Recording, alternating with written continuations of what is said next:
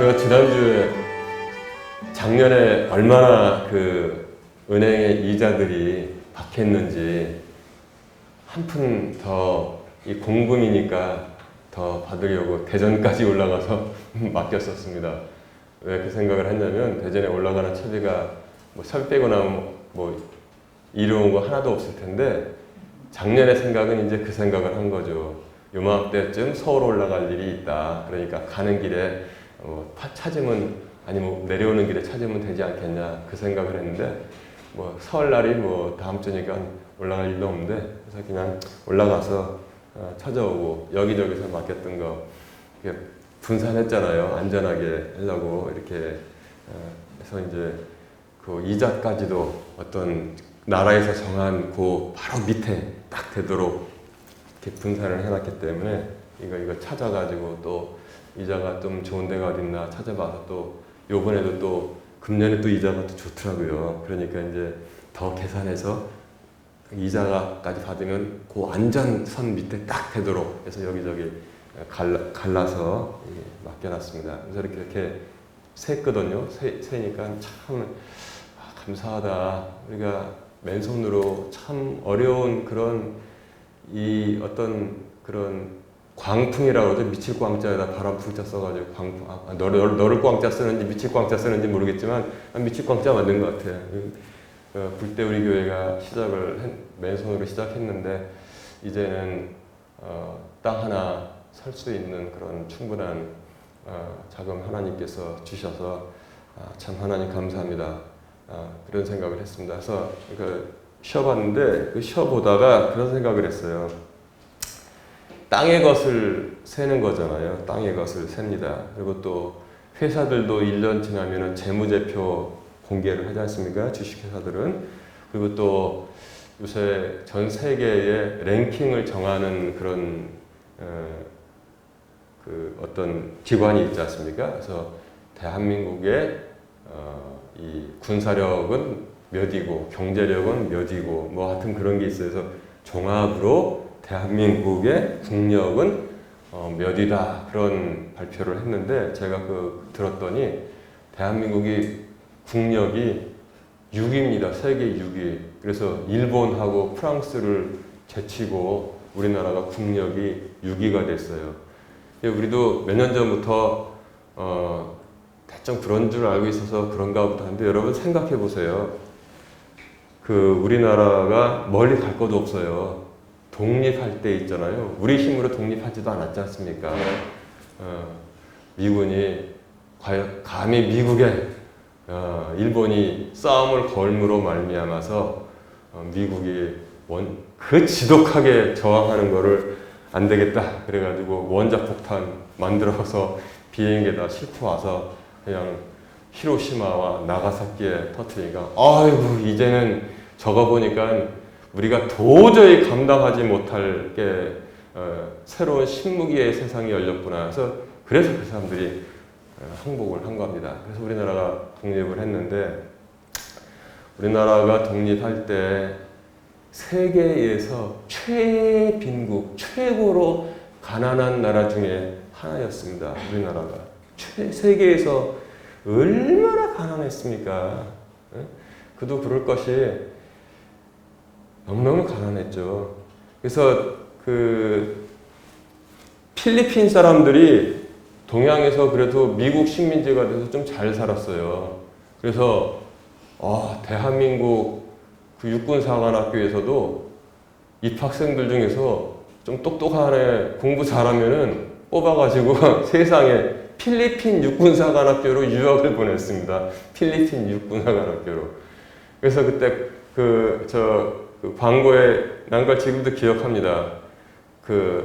성적 우수자 혹은 희망자는 비율빈이라고 썼어요. 그때는 그게 뭔지 몰랐어요. 비율빈 육사 유학 보내줌 이렇게 돼 있어서 비율빈 그래서 나는 지금 오스트리아나 독일의 어떤 한 도시에 있는 건가 보다 생각을 했는데 보니까 필리핀이더라고요. 그러니까 요즘 누가 그 생도를 뽑아가지고 필리핀 육군사관학교에서 너는 그 4년 보내라 그러면 예 가겠습니다. 누가 그러겠어요. 거길 왜 나 보냅니까? 다 할 텐데 불과 몇십 년 전에만 해도 그런 일이 있었다고요. 근데 우리나라가 지금 필리핀을 무시하는 게 아니지만 하나님께서 복을 주셔서 세계 6위, 위에 별로 없다는 거예요. 그래서 참 감사하다. 저는 그 이유가 딴 데 있지 않다고 봅니다. 그러니까 이제 각자 생각이 다를 텐데 저는 여러 가지 중에서 가장 큰 이유 하나가 우리나라의 애국가가 축복의 통로가 된다고 저는 생각하는 거예요. 모든 대한민국 국민들은 목사건 중이건 목탁치는 중이건 저기 무당이건 교회 다니건 성당 다니건 종교가 없건 제가 국민학교 다닐 때만 해도 어떻게 애국가를 불렀냐면 하나님이 보호하사 우리나라 만세했어요. 그 사람들도 목탁을 치건 구슬하던 무조건이야.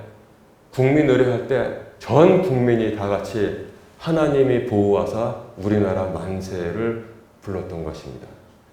그러니까 하나님 보시기에 얼마나 하나님께서 국가적인 영광을 받으셨냔 말이에요. 그래가지고 대한민국을 세계 역사상 유례 없이 발전을 시켜 주셨습니다. 저는 그렇게 확신하게 믿습니다. 왜냐하면 동양권, 서양권도 마찬가지예요. 동양권에서 특히 그 나라의 국가에 하나님이 보호하사 지켜주시사 우리나라 만세라고 부르는 나라가 어디 있냔 말이에요. 단 한 1개국도 없습니다.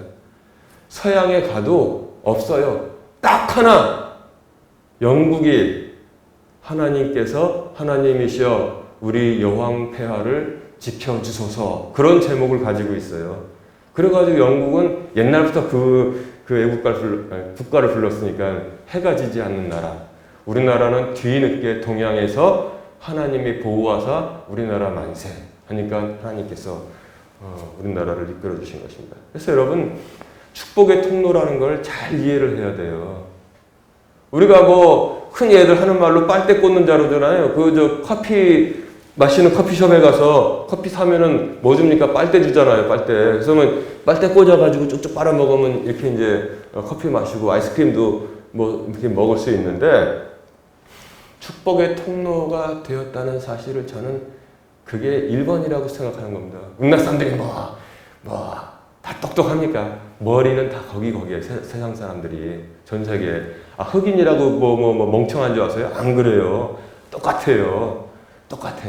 하나님이 공평하게 해주셔서 모든 사람들이 어느 민족이든지 어느 가정이든지 자식을 낳으면은 똑똑한 놈 하나, 그저 그런 애들 조금 멍청한 애 하나 낳도록 그렇게 다 하셨단 말입니다. 그래서 다 그렇게 세상에 굴러가게 하셨는데 대한민국에 이렇게 큰 복을 주신 거는 정말 어마어마한 기적인 것입니다. 그래서 여러분 제가 오늘 설교하고는 약간 곁다리지만 말씀이 나온 김에 전하는데 우리나라 애국가를 공격하기 시작합니다. 우리나라 안에 자기들이 뭘 하는지도 모르고 우리나라가 못살게 망했으면 하고 공격하는 자들이 있는데 영이 다른 사람들이 있다는 거예요. 영이 다른 사람들이 있는데 애국가를 공격하기 시작합니다. 얼마 전부터. 이유가 뭡니까? 이건 국가가 아니다. 앞에 애자가 붙었으니까 그냥 노래 중에 하나일 뿐이지 국가라고 정한 적이 없다. 그래서 다시 만들어야 된다.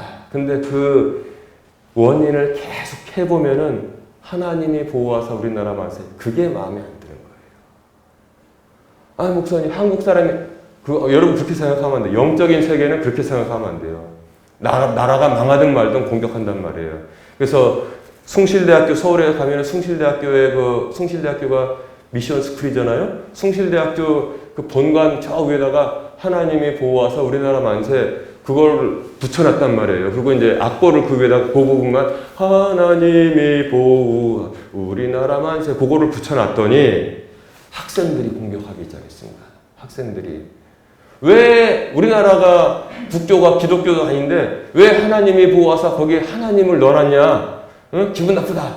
그래서 숭실대가 뒷걸음질 쳐가지고 그 악보는 그대로 붙여놓고 그 가사를 다 떼었어요. 그게 지금 대한민국의 현실이라는 겁니다. 그리고 또 이제 들고 나온 게 뭐냐면 안익태가 작곡을 했는데 안익태는 친일파였다. 왜 친일파냐? 음악 잘한다고 해서 그 당시 여러분 잘 생각해야 돼요. 한국 국민하고 일본 국민은 같은 나라 국민이었단 말이에요. 우리가 같은 나라 하자고 한 게 아니라 그 당시에 고종 폐하께서 나라를 같이 그냥 해서 일본한테 자기서 같은 나라가 되는 게 좋겠습니다 라고 왕이 결정을 했는데 누가 저기예요. 고종 폐하께서 결정을 해서 일본하고 합병을 했잖아요. 그래서 한국 사람들이 그 당시에 해외여행을 다니려면 일본 여권을 받아가지고 일본인으로 다녔단 말이에요. 그러니까 그 안익태가 음악을 잘하니까 일본에서 그 사람을 키워서 자기 나라 국민이라고 생각하니까 유럽에 보내서 거기서 공부를 하고 유럽에 순회 공연도 다닐 때 일본 영사가 쫓아다니면서 서포팅을 하고 했다는 기록이 있단 말입니다. 그걸 이제 트집이라고 해서 트집 잡아서 공격을 하는데 그들의 목적은 뭐냐면 안익태가 뭐 일본 그런 건 목적이 아니고 약화시키는 겁니다. 약화시키는 거. 우리나라를 약화시키는 거예요. 그래서 여러분 우리 크리스찬들은 그 사실을 알고 계속 끊임없이 그걸 밖으로 우리가 막 터뜨릴 필요 없어요. 계속 끊임없이 기도하는 게 진짜로 우리가 골방에 들어가서 우리나라를 위해서 크게 기여할 수 있는 그런 믿음의 그런 원리라는 사실을 여러분 꼭 기억해야 돼요. 그래서 얼마나 들들 볶았는지 한 20년 전인가 드디어 하나님을 하느님으로 바꿨어요. 요새는 가사를. 그래서 하느님. 근데 그렇게 바꿔놓고도 지금도 마음에 안 드는 거야, 그 사람들은. 그래서 그거 떼려고 그러는데 안 될 겁니다. 그래서 우리는 계속 기도하고 그런 영적인 원리를 알아야 돼요. 제가 이제 땅의 것을 샌다는 거에서 이제 그거 우리나라 유기가 됐다는 거 말씀하면서 여기까지 왔는데 자, 우리나라 이렇게 살기 좋은 선진국이 되었는데 그러나 제가 지난주에 말씀에 그 맥이 이어지면서 드리는 말씀 뭐냐면 그러나 이 모든 것들이 하늘의 것이 아니고 땅의 것인데 이 땅의 것에 잘 되는 원리는 하늘의 것에 연결되어 있을 때 잘 되는 것이다 라고 제가 지금 말씀을 드린 것입니다. 그 원인이 어디 있는지를 잘 알아야 된다고 제가 말씀을 드린 거예요. 그런데 이 땅의 것은 분명히 땅의 것입니다. 땅의 것에만 소망을 두면은 우리가 나이가 점점 들어가잖아요. 80, 90 되면은 전부 허무한 인생이 되는 거예요. 반대로 땅의 것에 소망을 두지 않고 하늘의 것에 소망을 두잖아요. 나이가 점점 들어갈수록 허무하게 되는 게 아니라 이제는 뭐예요? 점점 밝아오는 인생을 살게 되는 것입니다. 그래서 우리가 그런 원리만 봐도 얼마나 감사한지 모릅니다. 그런데 오늘의 본문에 보면은 다윗이 땅의 것을 세다가 하나님께 회초리를 되게 한번 맞은 사건을 지금 전하고 있는데 이 말씀이 이해하기가 굉장히 쉽지가 않다는 사실을 제가 말씀을 드립니다. 성경에 보면은요, 알다가도 모르겠고 또 모르다가도 알듯 말듯한 말씀들이 여기저기 있는데 어쩔 수가 없어요. 그런 예를 한번 들어볼까요? 오늘 본문이 그래요. 오늘 본문만 놓고 보면은 아니 사탄이 이스라엘을 대적하려고 일어나 다윗을 선동하여 이스라엘에 수를 세게 하니라. 재밌는 말씀이 있어요. 사탄이 이스라엘을 대적하려고 일어나서 그 다음에 다윗을 꼬드겼다는 거예요. 선동했다는 거예요. 선동해가지고 다윗이 우상을 숭배한 게 아니라 뭘 했습니까? 인구조사를 했어요. 인구조사를 했는데 어마어마한 회초리를 맞게 된 거예요. 어마어마한 회초리. 그 회초리의 내용이 뭐냐? 하나님께서 객관식으로 선택하라고 하셨단 말이에요. 1번, 니네 나라에 3년 동안 기근, 흉년이 들어서 배 쫄쫄 굶을래? 그게 1번입니다. 2번, 아니면 3달 동안 적군이 쳐들어와서 너를 쫓아다니는데 칼 들고서 너는 3달 동안 죽기 살기로 도망 다녀야 돼. 이게 2번입니다. 다윗은 그거 잘하잖아요. 옛날에 왕 사울이 다윗 죽이려고 했을 때 엔게디 황무지고 어디고 심지어는 블레셋 지역까지 도망 다녔지 않습니까? 다윗은 그거 잘하는데 그게 2번이고, 아니면 세 번째, 지금 우리나라에 저도 지금 비염 때문에 코가 맹맹하지만 이거 말고 전 세계를 지금 휩쓰는 게 있죠. 코로나. 그것처럼 역병이 3일 동안 너희 나라에 휩쓸어서 그냥 고열에 시달리다가 여기저기 백성들이 죽는 거. 그거 3일이다. 그게 3번이야. 어떻게 하겠느냐 그랬더니 다윗은 어떻게 생각했냐면, 내가 사람의 손에 빠지는 것보다도 하나님은 긍휼하시니까 하나님의 회초리 맞겠습니다 해서 3번 했어요. 3번. 그래서 온 나라에 지금 여기 코로나처럼 그 역병이 돌아서 막 사람들이 막 그냥 막 열나고 막 그냥 막 여기저기 막 죽어갔겠죠. 그게 3일 지속되는 그런 벌을 받았다는 것입니다. 자, 알다가도 모를 그런 내용입니다. 원인은 사탄에게 있어요. 다윗을 선동해서 이스라엘의 수를 세게 했는데 벌 엄청나게 받았습니다. 사탄이 했다고 하는데, 그런데 여기에 문제가 있는 거예요. 성경을 우리가 읽다 보면은, 오늘은 여러분 역대기에 있는 말씀인데 사무엘하 24장 1절에 보면은, 사무엘하 24장 1절에 같은 사건을 기록하고 있는 내용이 있는데, 거기서는 어떻게 시작하냐면, 여호와의 분노, 진노가 다윗에게 임하여서 다윗이 인구를 세게 하니라, 이렇게 나와 있어요. 여호와의 진노가 다윗을 싫어해가지고 미워해서 다윗으로 하여금 죄를 짓게, 그러니까 인구수를 쉬게 했다는 거예요. 사무엘하 24장 1절에는. 근데 역대기상 21장 오늘 1절 보니까 사탄이 일어나서 이스라엘을 대적하려고 다윗을 선동해서 인구 이스라엘의 수를 세게 하니라, 같은 사건을 놓고 이렇게 말씀하고 있는데 똑같이 벌을 받았단 말이에요. 그리고 또 하나 우리가 이해하기 힘든 것이, 왕이 그 나라의 인구, 우리나라도 몇 년마다 인구 센서스 하잖아요. 얼마 전에 저희 집에도 왔어요. 선생님 여기에 4분 사시는 거 맞죠? 그래서, 예 맞습니다. 예 감사합니다. 봤어요. 모든 국가는 그렇게 하게 돼 있단 말입니다. 근데 그거를 셌다고 해가지고 벌을 엄청나게 받았다. 이해하기가 힘듭니다. 두 번째, 예를 드는 겁니다. 출애굽기 4장 18절에서 26절에 보면은, 이제 모세가 광야에 쫓겨나 미디안 광야에서 이렇게, 미디안 광야, 지금으로 치면 이제 사우디아라비아 지역까지 도망간 거예요. 거기서 이렇게 있다가 이제 어떻게 해서 어떤 아가씨들이 양치러 나왔는데, 거기 있는 그 많은 불량배 목종들이 나와서 그 양들 물 먹이는데 우물에다 돌 막아놓고 이렇게 지들만 하는데, 모세가 보니까 이렇게 의협심이 있잖아요. 의협심이 있어가지고, 그거 왜 인마 이 아가씨들 괴롭히는 거야 하고 두들겨 패가지고 양떼 물 먹이고 이제 집에 빨리 가게 하니까, 미래의 장인이죠. 오늘은 왜 이렇게 빨리 왔냐 했더니, 웬 애국 사람이 와가지고 우리를 도와줘서 빨리 왔나이다 했더니 그 장인은, 이런 이 밥통들아, 빨리 그 청년 데려와.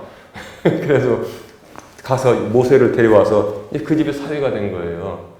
그래서 살다가 이제 하나님의 부르심을 받아서 이제 처자식들 데리고 다시 이제 이집트로 이제 가잖아요. 이집트로 가는데 갑자기 하나님께서 모세를 죽이려고 여관 옆에서 기다리다가 모세를 죽이려고 하니까, 이 아내 십보라가 얼른 날카로운 돌을 주워가지고 자기 자식, 이름이 뭡니까? 게르솜이잖아요.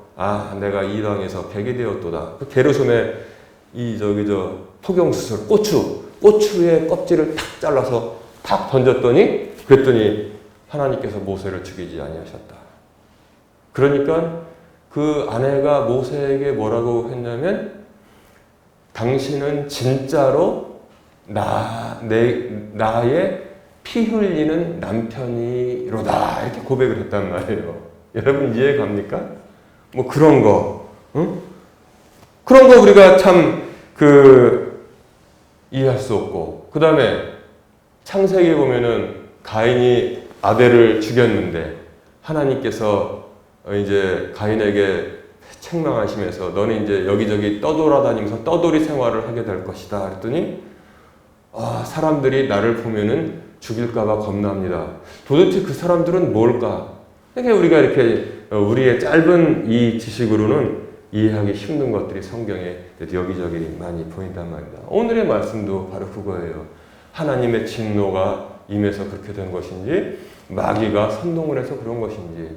그런데 인구조사를 했는데 아주 하나님께서 회초리를 세게 치셨다는 것을 성경이 전하고 있는 거예요. 여러분 제 말씀 지금 이해하시겠죠? 그래서 왜 그런가? 왜 알다가도 모르겠고 모르다가도 알 듯 말 듯한가 했더니 이유는 뭐냐면 성경은 영적인 것을 말하는 책이기 때문에 그렇습니다. 영적인 것을 말하는 거예요. 세상에 어떠한 학문이 영적인 것을 전하냔 말입니다. 없어요? 전할 수도 없습니다. 우리가 뭘로 구성되어 있다고 했어요? 우리는 영과 그 다음에 내 진짜 나 생각하고 지정의를 가진 그 다음에 육이 있다고 했잖아요. 육신. 우리의 혼과 영이 지금 저의 몸 안에 들어와서 저를 지금 하는데 혼은 제가 100% 알죠. 물론 내 마음 나도 몰라. 그건 유행가 가사에 나오는 것이고 제가 압니다. 제가 무슨 생각을 하고 뭘 좋아하고 어떻게 하려는지 알고 제 육신도 알죠. 겨울만 되면 비염이 잘 걸리고 그래서 나는 뜨거운 수증기 이렇게 해놓고 자야 돼. 그리고 생강 자꾸 마셔야 돼. 잘 알아요. 육신도 잘 압니다. 제가. 그리고 나는 뭐만 먹으면 꼭 소화가 안 되더라. 잘 압니다. 그런데 나의 영인데 제가 몰라. 근데 영이 하는 일은 알아. 영은 성령님과 연합해서 하나님께 저를 위해서 기도하는 거예요. 나의 영이.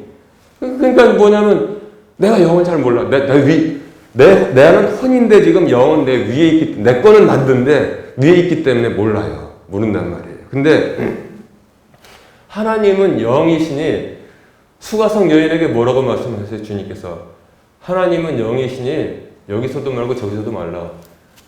예배를 드릴 때가 오나니 너희들은 하나님 영이시니 영과 진리로 예배드리라 그랬잖아요. 그래서 우리가 드리는 예배도 사실은 우리의 영으로 예배를 드리고 진리의 말씀을 가지고 드려야지 참 예배가 되는 것입니다. 여러분 이해가 이제 가죠?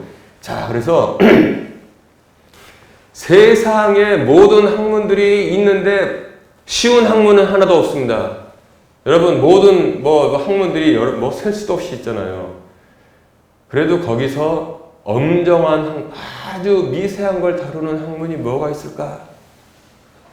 요새는 사람의 유전자 있잖아요. 그거를 다루는 유전공학도 있고 의학도 있고 더 들어가서 원자의 세계를 다루는 그런 핵물리학도 있고 더 들어가서 그 안에 소립자 말도 기억도 못하겠어. 그런 거를 연구하고 다루는 그런 학문들이 있어요. 그러니까 사람의 기술이 무지무지하게 대단하게 뭐냐면 여러분 이 야구공을 들어가지고 힘이 세단 말이에요. 제가. 그래서 뉴욕에 있는 엠파이어 스테이트 빌딩에 무슨 간판이 걸렸는데 그 간판을 떨어뜨려야겠다 해가지고 내가 이렇게 가정을 해요. 힘이 무지무지하게 센 팔을 가지고 있어요. 그래가지고 겨냥해서 확 던졌더니 야구공이 뉴욕까지 날아가서 간판을 진짜로 딱 떨어뜨려가지고 간판이 밑으로 팍 떨어져. 사람들이 막 놀랄 거 아니에요. 그것보다도 더한 일을 지금 과학자들이 하고 있다는 거예요. 그래서 원자 안에 있는 우리가 알지도 못하는 원자보다도 더 작은 그런 소립자를 찾아가지고 스위스에서 있잖아요. 땅 속에서 던지는 거예요. 이탈리아로다가.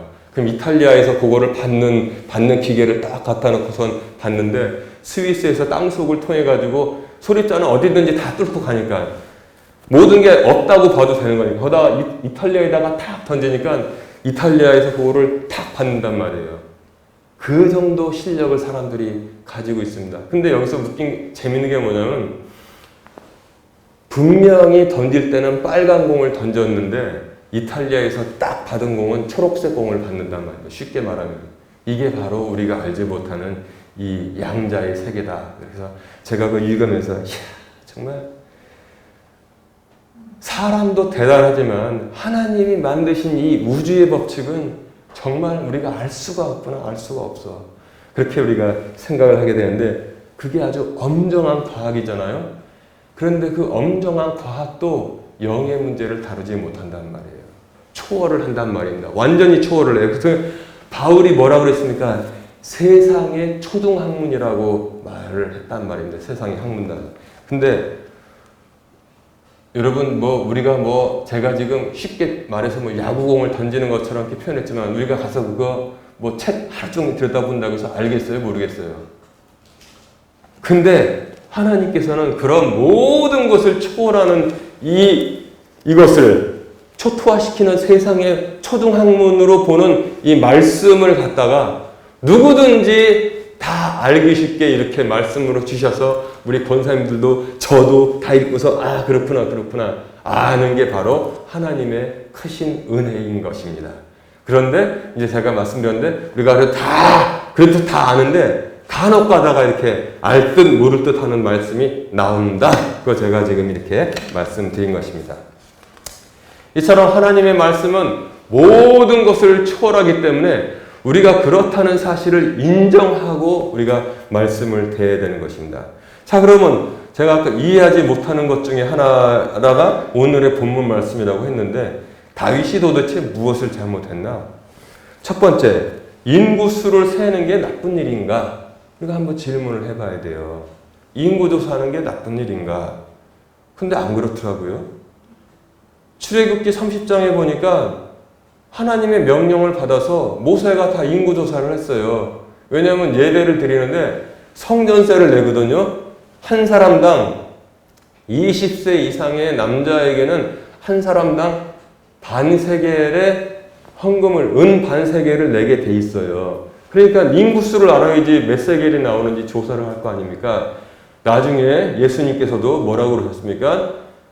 베드로가 와서 너와 너희 스승님은 성전세를 내지 아니하느냐 이렇게 따졌더니 베드로에게 뭐라고 말씀하셨어요? 베드로야, 세상의 임금의 아들이 왕자가 세금을 내느냐 안 내느냐 그랬더니 세금 안 내느냐. 자기 나라인데 아버지 나라인데 세금 안 냅니다 그랬더니 그렇다.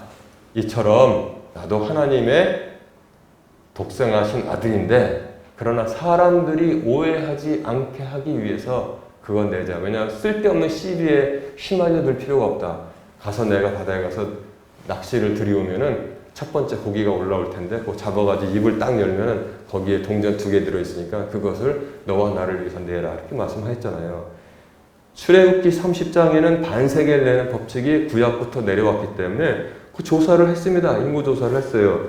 그리고 출애굽기 38장에도 보면은 20세 이상의 남자를 조사했더니 성경 말씀이 이대로 나오세요.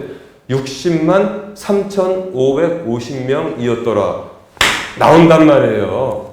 출애굽기만 나온 게 아니라 여러분 저 창세기, 창출, 레민, 신 창세기, 출애굽기, 레위기, 민수기죠. 그 다음에 민수기. 민수기가 무슨 뜻인지 아세요? 민수기?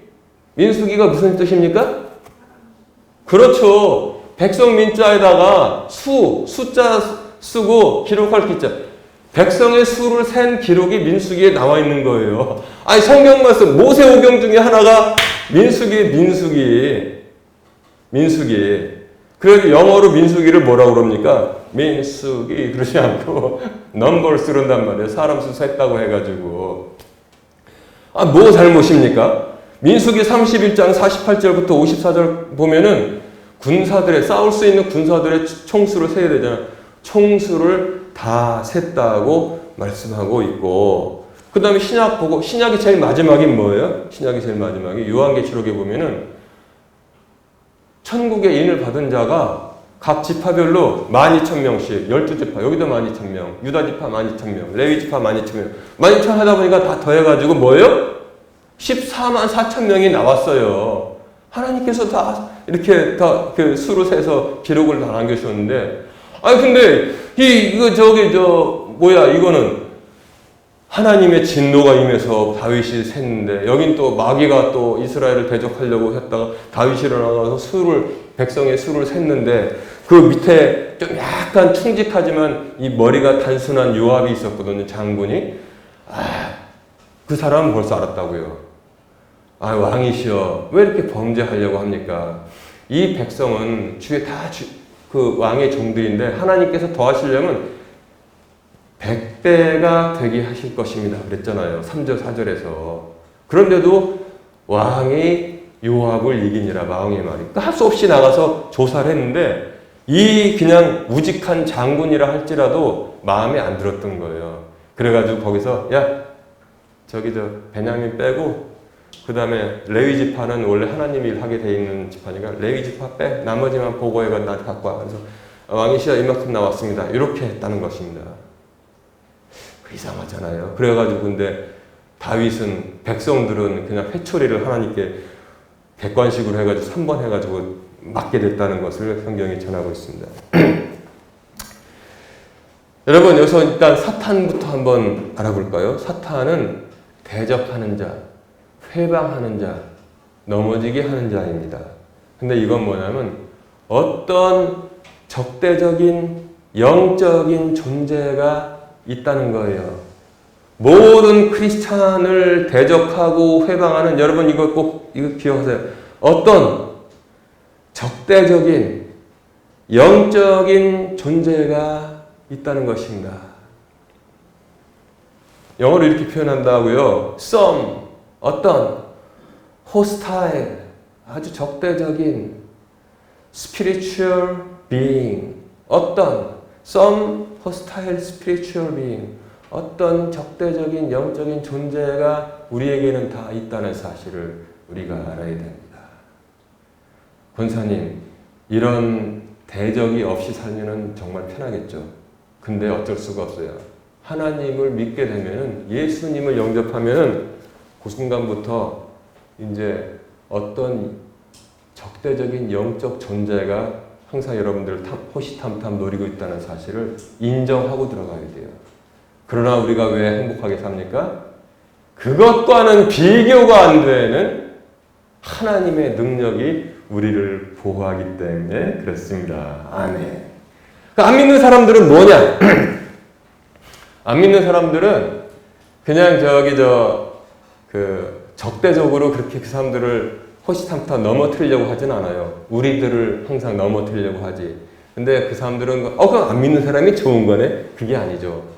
그것보다도 비교가 안 되는 어마어마한 하나님의 능력이 그들에게는 일반적으로 공통으로만 우리처럼 눈동자와 같이 지키시지는 않습니다. 그러니까 우리는 좁쌀이 있고 수박이 있으면 비교하자면은 우리는 좁쌀이 톡톡 치지만 그 톡톡 치는 거 수박이 가서 그냥 내리친다는 사실을 우리가 알아야 되는 것입니다.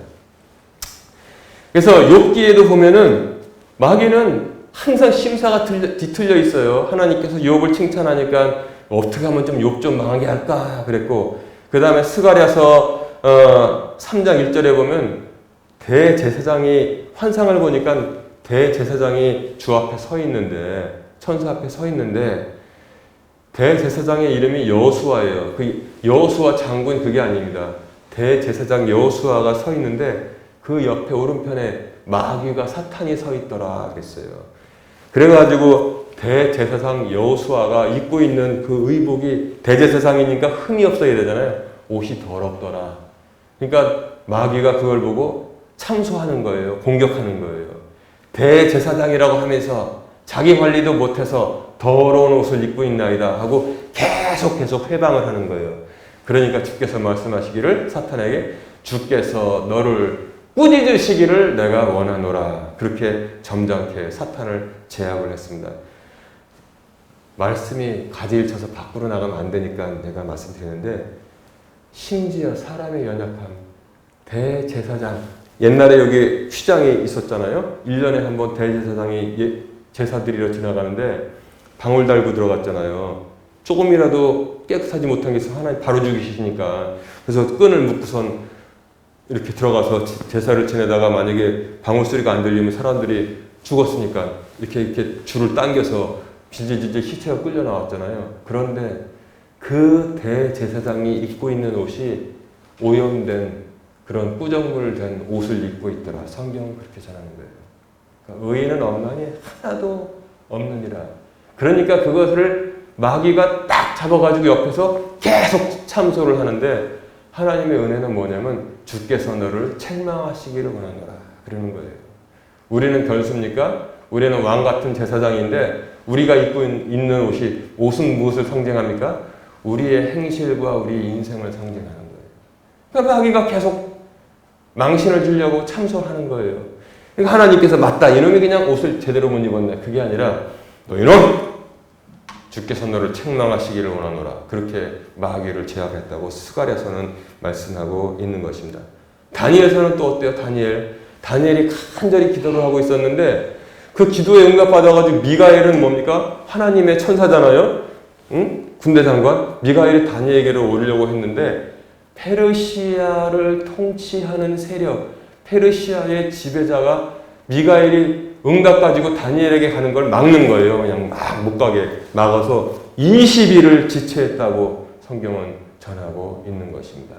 그 다음에 또 뭡니까? 다니엘서에서 말씀하고 있는데 이 사탄 때문에 나중에 너희 민족에게 제가 그때 그 말씀드렸죠? 환란이 여러 가지가 있는데 그 앞에 더 그가 붙으면은 딱 하나로 고정된다고 했죠? 대환란. 그러니까 그 환란이 이 사탄 때문에 이 땅에 임하게 될 것이다. 이렇게 말씀드렸는데, 그러니까 이거는 하는 존재가 하는 일이 뭐냐면, 이 존재하는 일은 뭐냐면, 모든 하나님의 백성을 그냥 수단과 방법을 안 가리고 계속 회방하고 대적하고 있는데, 그런 걸 지금 우리가 다 달고 있다는 것입니다. 그러나 하나님께서 우리를 보호하시기 때문에 우리가 지금 평안하게 살고 있는 거죠. 그러면 이제 제가 각자로 말씀드렸는데 이 신비한 현상을 하나로 잘 정리하면은 우리가 이제 그나마 좀 이해를 잘 할 수가 있어요. 신비한 현상을 하나로 정리하면 자, 여기에 제가 있습니다. 제가 있는데 저 추리라고 합시다. 이 추리 여기 뭐 마귀라고 쳐요. 마귀가 있는 거예요. 근데 하나님께서 또 계신 거예요.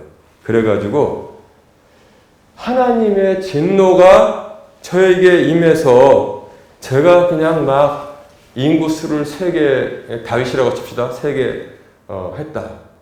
그런데 또 다른 성경 보면 마귀가 나를 대적하려고 일어나서 나를 꼬드겨서 인구수를 3개 해서 회초리를 맞았다.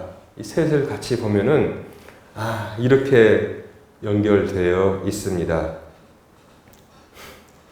사탄은 하나님의 허락하심 한에서 우리를 괴롭힐 수 있습니다. 욥기가 그걸 말씀하고 있잖아요. 욥을 괴롭히고 싶어서 사탄이 하나님께서 칭찬하니까 이렇기 때문에 욥한테 돈 잘 벌게 해주시니까 그러는 거 아니에요. 사탄은 항상 물질을 말하는 거예요. 욥한테 돈 잘 벌게 해주시니까 그러는 거죠. 그랬더니 그래? 그럼 네가 한번 욥을 시험해봐라. 그러나 그의 생명은 손대면 안 된다. 선을 딱 그어주셨잖아요. 그러니까 사탄이 신난다고 와서 막 그냥 종기도 나게 하고 고름도 나게 하고 집안도 폭삭 망하게 하고 막 그랬단 말이에요. 그 관계를 우리가 잘 이해를 해야 되는 것입니다. 그래서 사탄은 우리들을 유혹하는데 언제 유혹하냐? 우리가 교만하고 허영심에 빠지고 방심했을 때, 그때 호시탐탐 누리다가 그때 사탄이 강하게 유혹을 하는데 그것도 하나님께서 우리가 교만하고 그 다음에 허영심에 빠지고 자만했을 때 하나님의 진노라고 표현하면 너무나 하지만 영어 성경 보니까 앵거라고 되어 있더라고. 하나님의 저 녀석 저러면 안 되는데 그때 하나님의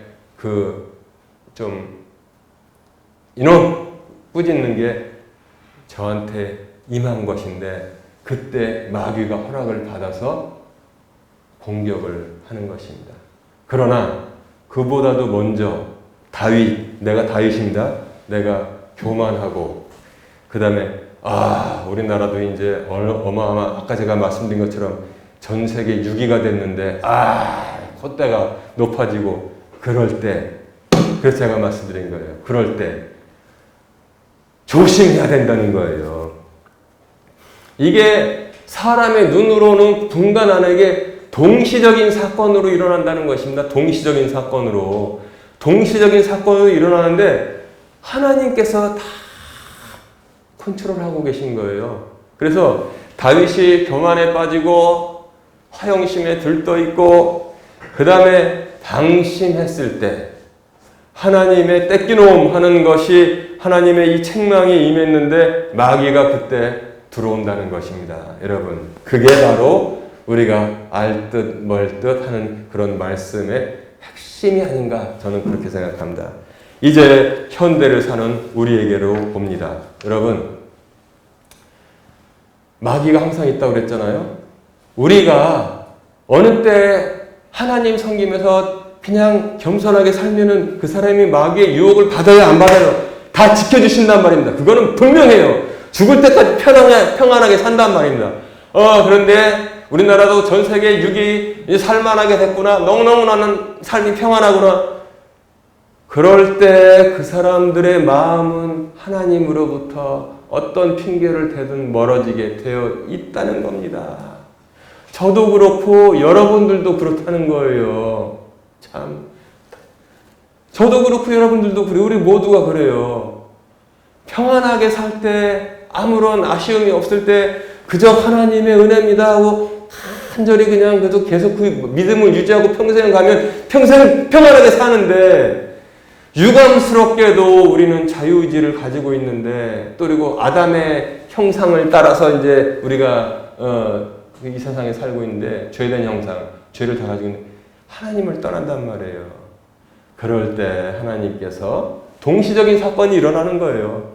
허락을 해주시면 마귀가 와서 우리를 회방하고 넘어지게만 하고 고통당하게 하는데 근데 이걸 여러분 이게 또 참 얼마나 그 묘미가 있는지 몰라요. 여기서 나를 공격하는 건 뭐예요? 이거는 유혹이고 시험입니다. 근데 하나님께서는 뭐예요? 동시적인 사건이라고 했잖아요. 거의? 원인은 나한테 있죠. 여기서 나를 공격하고 시험하는 건 뭡니까? 유혹이고 시험인데 하나님께서 그걸 사용하는 건 뭡니까? 연단이란 말입니다. 연단이에요. 자, 그래서 모든 것이 합력하여 선을 이루어 가신다는 그 로마서의 말씀이 정말 나는 이것도 하나님께서 우리를 위해서 다 쓰시는 거예요. 마귀가 우리가 교만해가지고 나태해져가지고 허영심에 빠져서 하나님으로부터 점점 멀어지려고 하는데 그때 마귀가 옳다구나 해가지고 우리를 회방하고 우리를 어려움에 빠지게 하는데 하나님은 그것을 다 하시는데 연단으로 쓰시고 돌이키게 하시는 재료로다가 교육 과정으로 쓰신다는 것을 성경은 우리에게 말씀하고 있습니다. 그래서 창세기 50장에도 그 말씀이 나오잖아요. 요셉이 고백합니다. 당신들은 나를 해하려 하였으나 당신들은 이건 그때는 형들이죠. 당신들은 나를 해하려 하였으나 하나님은 그것을 연단, 선한 것으로 바꾸사 오늘과 같이 만민들의 생명을 구하게 하셨나이다. 이렇게 되어 있는 거예요. 모든 경우를 우리가 다 할 수는 없습니다. 그러나 다윗의 경우에 있어서는 다윗이 허영에 빠진 거예요. 평생을 그렇게 겸손하게 살던 다윗이 교만에 빠진 거예요. 그래서 우리나라도 이제 한번 쉬어봐라. 오죽하면은 맨날 다윗 옆에 다니면서 칼 쓰고 창 쓰고 하던 동탑 같은 요압이 왜 내주 왕께서 그 하나님 앞에 범죄하시려고 하나 알고 있었던 거예요. 그 원인을 알고 있었던 것입니다. 그래서 그래도 닥달을 해서 벌을 받게 되었는데 여러분 오늘 말씀을 잘 이해하길 바랍니다. 인구수를 세는 게 나쁜 게 아니라 그 마음의 그 원인이 교만, 허영, 방심에 있었다는 사실을 성경이 전하고 있는 것입니다.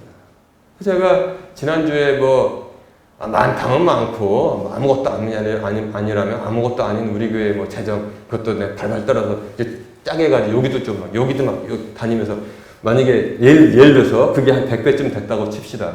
그럼 목사가 교만해져가지고 이제 뭐 우리 교회 이 뭐 재정도 워낙 튼튼. 근데 이 지점장 이 사람이 설인데 인사 안 오나 이거?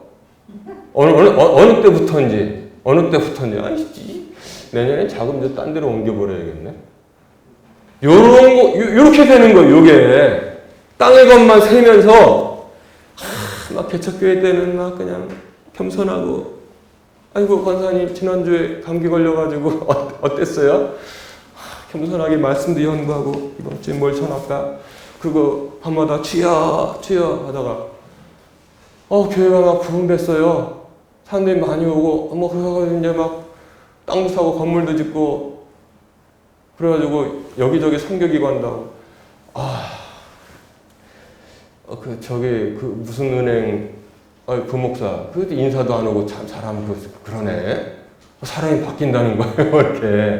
이렇게 그럴 때 마귀가 공격하고 하나님께서는 뭐냐면 그것을 이 우둔한 시각을 돌리게 하는 회복과 연단의 기회로 쓰신다는 것입니다. 여러분 잘 이해를 하셨죠? 바로 그러기 때문에 여기서는 사탄이 일어나서 이스라엘 대적하려고 표현을 했고 그 다음에 뭐예요? 사무엘 하에는 주의 진노가 다윗에게 임해서 이렇게 표현을 했는데 원인은 뭐냐면 사탄이 일어나서 시험하는 것도 하나님의 이놈 뺏기놈 하는 게 뭐냐면 다윗에게 있었다는 거예요. 다윗이 교만하고 허영심에 빠지고 방심하니까 사탄도 그 틈 타서 들어오려고 하고 하나님께서는 그것을 뺏기놈 하는 기회로 쓰셨는데 하나님께서 그 중에도 보호하시고 사탄은 유혹과 시험으로 하나님께서는 그것을 연단과 회복으로 쓰신다는 것을 지금 성경이 우리에게 말씀하고 있는 것입니다. 모든 만사가 다 그렇다는 거예요. 모든 만사가. 그러니까 고린도전서에서 그 바울이 뭐라고 말하고 있습니까? 그런즉 고린도전서 10장 42절 그런즉 스스로 서 있는 줄로 생각하는 자는 넘어지지 않도록 주의할지니라 그랬어요. 지금 서 있어서 그냥 편하게 우리가 잘 살고 있잖아요. 넘어지지 않도록 조심하라는 거예요. 그러면 이놈이 그냥 들어오고 하나님의 뺏기놈이 온다는 거예요. 넘어지면 무릎 팍 깨지고 코피 깨진단 말입니다. 다시 일어나면 어쨌든 회복이 되지만 그래서 그런즉 스스로 서 있는 줄로 생각하는 자는 넘어지지 않도록 주의할지니라 이렇게 말씀합니다.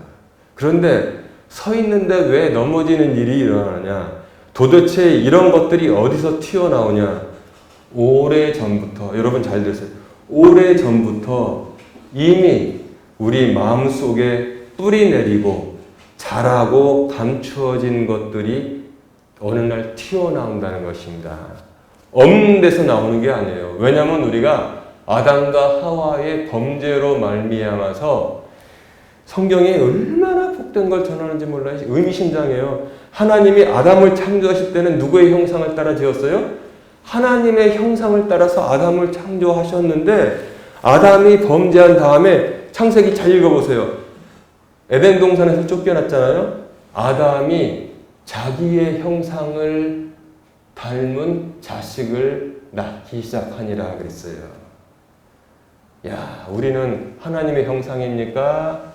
아담의 형상입니까? 깨어진 하나님의 형상이 남아있고 그래서 우리는 사람을 존귀한 거예요. 그래서 사람을 죽인 자는 반드시 살인죄로 다스리라고 성경은 전하고 있는 것입니다. 사형 집행 안 하는 나라 이상한 나라예요. 이건 저기 깨어진 하나님의 형상이 보관되어 있고 그 다음에 죄된 인간의 형상을 우리가 지금 다 가지고 있는데 같이 있다는 것입니다. 그러면 좀 잘 되면은 교만하고 허영하고 방심하는 게 왜 나오냐? 오래전부터 이미 우리 마음속에 뿌리내리고 자라던 감추어진 것이 튀어나와서 불의의 도구로 이용된다는 것입니다. 그래서 바울이 뭐라고 그랬습니까? 너희가 의의 병기로 쓰임을 받아야지 악의 병기로, 죄의 병기로 쓰임받지 않도록 조심하라고 그랬지 않습니까? 여기서 모든 우리가 겪고 보고 맛보는 일들이 다 일어나고 있는 것입니다. 사람이 거룩해지려면 하나님의 칭찬을 받으려고 거룩해지지만 인간 추하게 되면 어둠의 자식들, 마귀의 자식들 되는 거 금방이에요. 교회 나와서도 경험했잖아요. 금방입니다, 금방. 그래서 마귀는 항상 우리를 이렇게 우리 안에 내리고 이미 오래전부터 뿌리 내리고 있는 것들을 우리가 잘 관리하면서 어쩔 수가 없어요. 우리는 그런 숙명을 타고났기 때문에 관리하고 평생을 살아야 되는 것입니다. 그러니까 바울이 뭐라고 그랬어요? 오죽하면 그런즉 스스로 서 있는 줄로 생각하는 자는 넘어지지 않도록 조심해라. 선생님 농사 잘 지시죠? 응? 농사 지을 때 한 번 씨 뿌려놓고선 이거 뭐라고 김매기 안 하는 사람이 있습니까? 계속 나게 돼 있어요. 계속 나게 돼 있어요. 그래서 그거 방치해 놓으면 가을에 엉망되는 거고 틈틈이 나가서 이 호미 저기 잡고 이거 잡초 제거하고 김매 주고 피나면 뽑아주고 이렇게 해야지 이게 알토란 같은 밭으로 다 가을에 추수되는 것입니다. 우리의 인생도 마찬가지예요. 이미 우리 안에 잡초의 씨들이 어디서 날라왔는지 다 뿌려진 것입니다. 그걸 우리가 계속 말씀과 예배로 기도로 김매기를 해주고 살아야 되는 거예요. 예수님께서도 오죽하면 수제자 베드로에게 누가복음 22장 31절에 말씀하고 있습니다. 시몬아 시몬아 보라 사탄이 너희를 밀가부르듯이 이렇게 하는 거예요. 방학 정리소에서 밀가부르듯 하려고 너희를 갖기 원하였으나 내가 너를 위하여 내 믿음이 쇠하여지지 않도록 기도하였은즉 너는 돌이킨 뒤에 내 형제들을 강하게 하라 이렇게 말씀하였습니다. 그러니까 무슨 어떤 적대적인 영적인 존재가 있다는 사실을 우리가 알아야 돼요. 물이 있는 댐이 있는데 말이에요. 댐이 이 댐이 아주 잘 저일 때 물이 한 방울도 새어나지 못합니다. 그러나 요만한 흙만 나면은 거기서 물방울 맺히고 똑똑똑똑 떨어지다 왕창 댐이 무너지는 거란 말이에요. 그거와 마찬가지인 것입니다.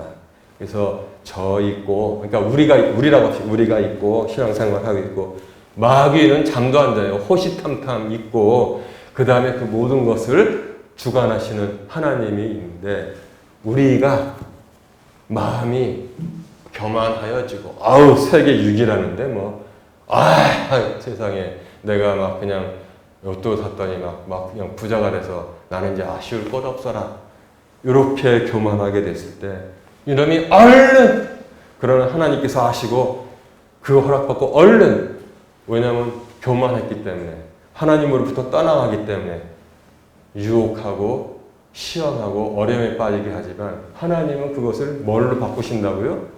연단과 회복으로 바꾸신다고 지금 성경이 말씀하고 있습니다. 이제 말씀을 정리합니다. 다윗은 성공의 과정을 향해서 앞으로 나갔습니다. 그리고 평안해졌습니다. 그때까지는 뭐예요? 하나님을 의지하고 어떤 어려움에 빠져도 하나님만 찬송했습니다. 그런데 어느 순간부터 다윗이 제가 아까 말씀드린 것처럼 땅의 것만 세기 시작했습니다. 땅의 것만 세고 그러다 보니까 사람이 교만해진 게 아니라 교만해져서 땅의 것만 세기 시작했습니다. 땅의 것만 세다 보니까 그 다음에 어떻게 됐어요? 위의 것들과 멀어지는 인생을 살게 될까봐 하나님께서는 마귀에게 얼른 출동시켜서 다윗을 치도록 시험에 빠지도록 하셨고 하나님께서는 그것을 다윗을 다시 돌이키는 도구로 교육과정으로 다 쓰신 것을 성경이 전하고 있습니다. 이처럼 여러분 우리가 소망을 땅에 두면은 다윗의 실수를 하게 되는데 우리의 소망을 주님께 두게 되면은 땅의 것을 세어도 그 세는 게 다르다는 사실을 우리가 알게 됩니다. 그래서 고린도전서 10장 31절은 이렇게 말씀하고 있습니다. 그런즉 먹든지 마시든지 무엇을 하든지 하나님의 영광을 위해서 하라. 아멘. 이렇게 말씀하고 있습니다. 여러분, 인구수 세는 거 겉으로는 다 똑같은 것 같지만 동기의 심층 분석을 할 수 있어야 돼요. 우리 크리스찬들이 이제 이만큼 우리가 성장했잖아요. 성장했으면 항상 모든 사건에 있어가지고 우리가 하려는 사건에 있어서 왜 하려고 하는지 그 밑바닥에 깔린 동기의 심층 분석을 할 수 있는 크리스찬들이, 성도들이 다 돼야지만 섰다가 넘어지는 일이 없게 될 줄로 믿습니다.